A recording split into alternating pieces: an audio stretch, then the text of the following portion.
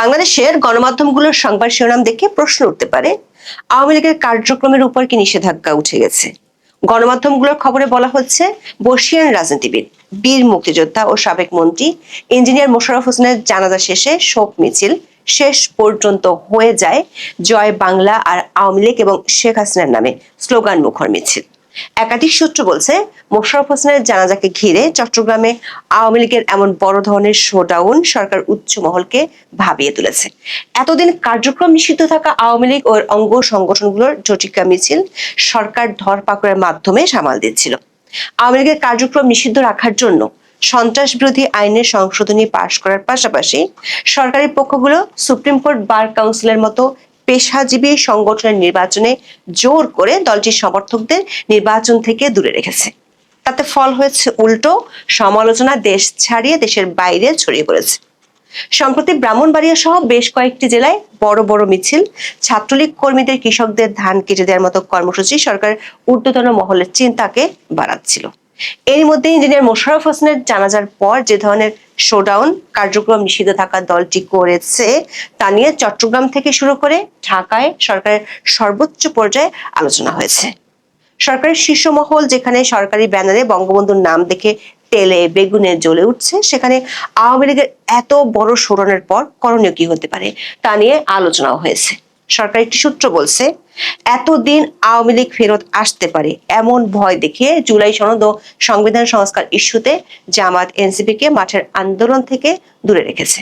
কিন্তু গত কয়েক সপ্তাহে আওয়ামী লীগ ও এর অঙ্গ সংগঠনগুলোর শোডাউন এবং সবশেষ আজকের শোডাউনের পর সরকারের চিন্তা বিরোধী দল থেকে সরে এসে আওয়ামী লীগের দিকেই ঝুঁকছে। বিশেষ করে হামে শিশু মৃত্যু আর আমেরিকার সাথে বাণিজ্য চুক্তি নিয়ে ইউনূস প্রশাসনের দায় মোচনে বিএনপি সরকার যখন ব্যাকফুটে, আবার পশ্চিমবঙ্গে বিজেপির জয়ের পর ভারতের সাথে দ্বিপাক্ষিক সম্পর্কে টানাপোড়েন শুরু হওয়া এবং সবশেষ 6 মাসের মধ্যে শেখ হাসিনার ফিরে আসার অডিও বার্তা প্রচারের পর সরকারের শীর্ষ মহলকে আওয়ামী লীগ নিয়ে নতুন করে ভাবতে হচ্ছে। 24-এর 5 আগস্ট ক্ষমতার পট পরিবর্তনের পর আওয়ামী লীগের 130 জনের মতো সাবেক মন্ত্রী ও সংসদ সদস্য এ পর্যন্ত গ্রেপ্তার হয়েছেন। অনেক নেতা দেশের বাইরে ও ভেতরে পালিয়ে আছেন। দলটির কার্যক্রমের উপর ইন্টারিম গভর্নমেন্টের পর বিএনপিও নিষেধাজ্ঞা বহাল রেখেছে। যদিও বিএনপি জামাত দুই দলই নির্বাচনের সময় আওয়ামী লীগের সমর্থকদের কাছে ভোট চাওয়ার ক্ষেত্রে প্রতিযোগিতায় নেমেছিল। ইন্টারিমের আমল থেকে দলটির নেতাকর্মীরা কর্মসূচি বলতে ঝটিকা মিছিল করে আসছে। যদিও এসব মিছিল থেকে অনেক নেতাকর্মী গ্রেপ্তার হয়েছেন, তারপরও প্রায় রাজধানী ঢাকা সহ দেশের প্রত্যন্ত অঞ্চলে মিছিল করতে দেখা যাচ্ছে। পুলিশের একাধিক সূত্র বলছে, অন্তর্বর্তী সরকার আমল থেকে আওয়ামী লীগ ও এর অঙ্গ সংগঠনগুলোর মিছিল নিয়ে পুলিশকে বেশ বিপাকে পড়তে হয়, জবাবদিহি করতে হয়। অন্তর্বর্তী সরকার আমলে গত বছরের 24শে সেপ্টেম্বর একদিনই রাজধানীর বিভিন্ন স্থান থেকে ঝটিকা মিছিল করার সময় 244 জন নেতাকর্মীকে গ্রেপ্তার করা হয়েছিল।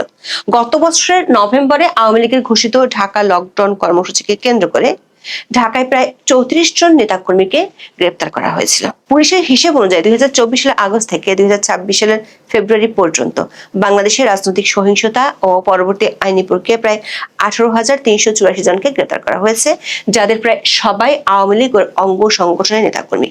বিএনপি ক্ষমতায় আসার পর সাবেক মন্ত্রিসভার অন্তত 4 জন সদস্য এবং আওয়ামী লীগের কেন্দ্রীয় কমিটির 12 জন শীর্ষ নেতাকে গ্রেপ্তার করা হয়েছে। কিন্তু এত ধরপাকড়ের মধ্যেও কার্যক্রম নিষিদ্ধ থাকা দলটির মিছিল ও তৎপরতা থেমে নেই। গত মঙ্গলবার সকালে ব্রাহ্মণবাড়িয়া জেলা শহরের পূর্ব মেট্রা এলাকার কোকিল টেক্সটাইল এলাকা থেকে সমাজসেবা অফিস পর্যন্ত ঝটিকা মিছিল বের করেন নিষিদ্ধ ঘোষিত ছাত্রলীগের নেতাকর্মীরা। মিছিলটির নেতৃত্ব দেন ব্রাহ্মণবাড়িয়া শহর ছাত্রলীগের সাবেক সাধারণ সম্পাদক ও জেলা কমিটির সদস্য লিমন আল স্বাধীন।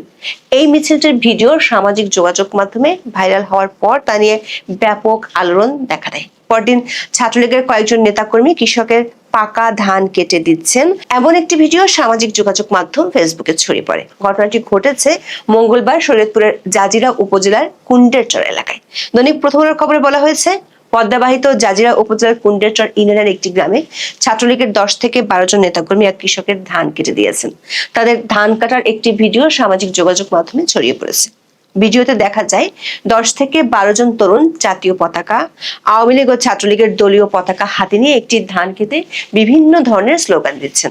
তারা কার্যক্রম নিষিদ্ধ আওয়ামী লীগের সভাপতি শেখ হাসিনা এবং শরীয়তপুর 1 আসনের সাবেক সংসদ সদস্য ইকবাল হোসেনের পক্ষে বিভিন্ন স্লোগান দিচ্ছেন।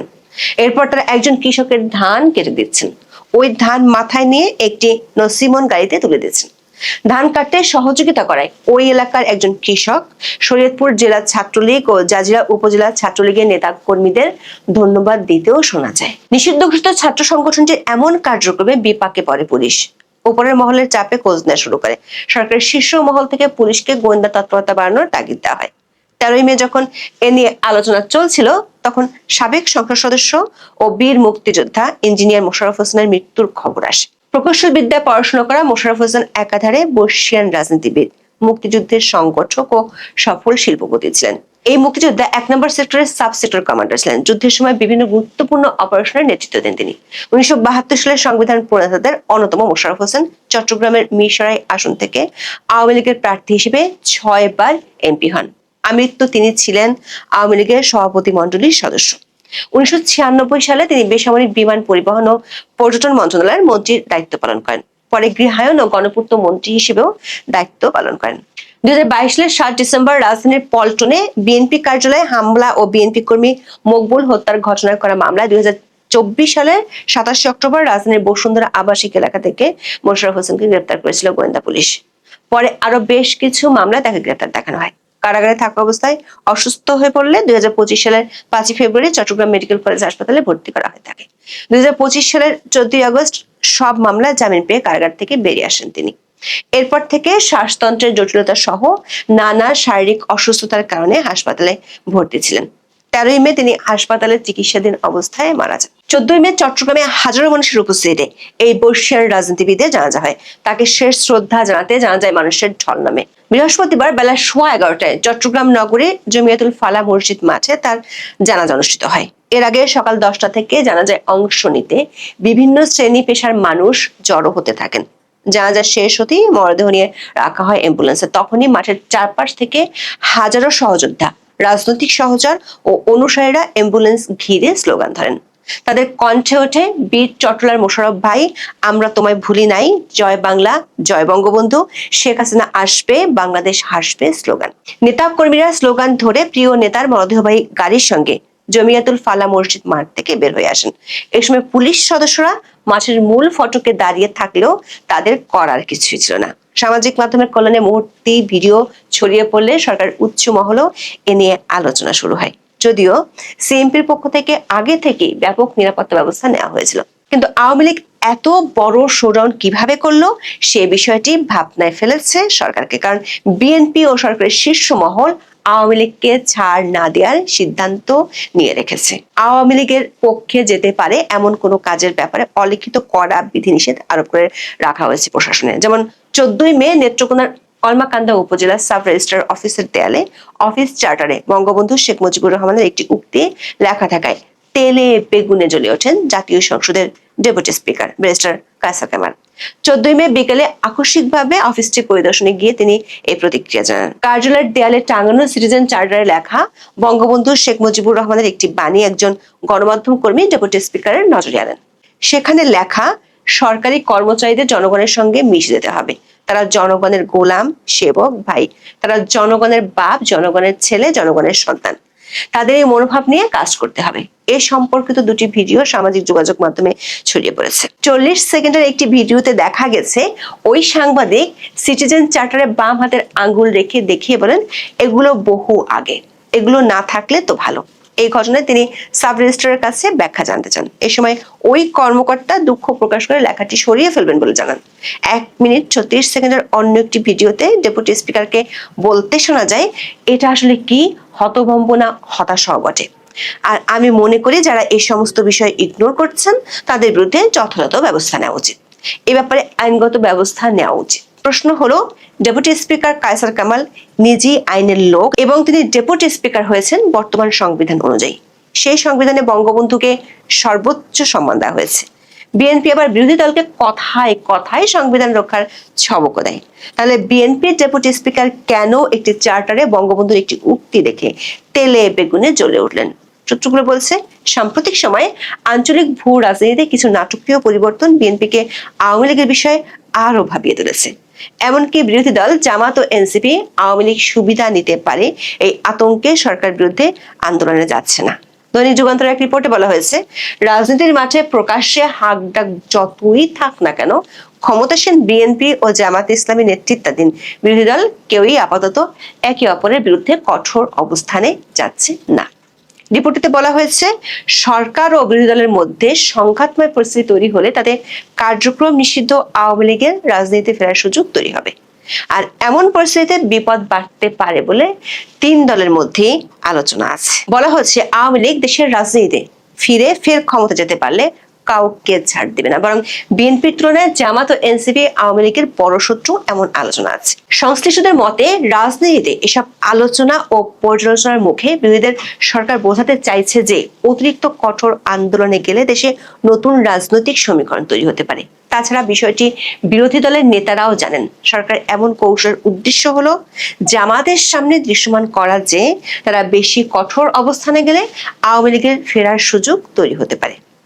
অনেকের মতে তিন দলের মধ্যে আওয়ামী লীগের ব্যাপারে এক ধরনের ভীতিও রয়েছে। ফলে রাজনীতির মাঠে যতই কঠোর অবস্থান দেখা যাক না কেন, আওয়ামী লীগ এবং শেখ হাসিনা প্রশ্নে শেষ পর্যন্ত বিএনপি, জামাত ও এনসিপি ঐক্যবদ্ধ থাকবে বলে রাজনৈতিক পর্যবেক্ষকরা মনে করছেন। কিন্তু বাস্তবতা হলো, গত কয়েক সপ্তাহে আওয়ামী লীগ ও অঙ্গ সংগঠনগুলোর শোডাউন ব্যাপক হারে বেড়েছে। এই শোডাউনগুলো সরকারের চিন্তা বাড়াচ্ছে, কারণ নতুন আঞ্চলিক ভূ রাজনৈতিক পরিস্থিতি। পশ্চিমবঙ্গে গেরুয়া দলের জয়ের পর পুশিন আর সীমান্তে বেড়া দেয়া নিয়ে ভারত ও বাংলাদেশের সম্পর্কে নতুন মোড় নিয়েছে। ভারতীয় ভিসা উন্মুক্ত করার কথা থাকলেও সেটি খুব সহসা না হওয়ার শঙ্কা দেখা দিয়েছে। এর মধ্যে শেখ হাসিনা 6 মাসের মধ্যে দেশে ফেরার ঘোষণা সম্বলিত অডিও ক্লিপ ভাইরাল হয়েছে। সরকার একটি সূত্র বলছে, এসব বিষয়ের কারণে আওয়ামী লীগের নেতা কর্মীদের মধ্যে উজ্জীবিত ভাব তারা দেখছেন। যদিও কার্যক্রম নিষিদ্ধ থাকায় দলটির পক্ষে আনুষ্ঠানিক কোনো সভা সমাবেশ করা সম্ভব নয়। কিন্তু পুলিশের একাধিক সূত্র বলছে, 17 মে দলটির সভানেত্রী শেখ হাসিনার স্বদেশ প্রত্যাবর্তন উপলক্ষে তারা বড় ধরনের শোডাউন করতে চায়, এমন খবর পুলিশের কাছে আছে। বিষয়টি নিয়ে পুলিশকে তৎপর হতেও বলা হয়েছে। তবে পুলিশের কয়েকজন কর্মকর্তা বলেছেন, সারা দেশে অনেক বেশি সংখ্যক খন্ড খন্ড মিছিল হলে পুলিশের পক্ষে ঠেকানো সম্ভব নয়, কারণ এর মধ্যে ব্যাপক ধরপাকড় করেও তেমন কোনো ফল পাওয়া যায়নি।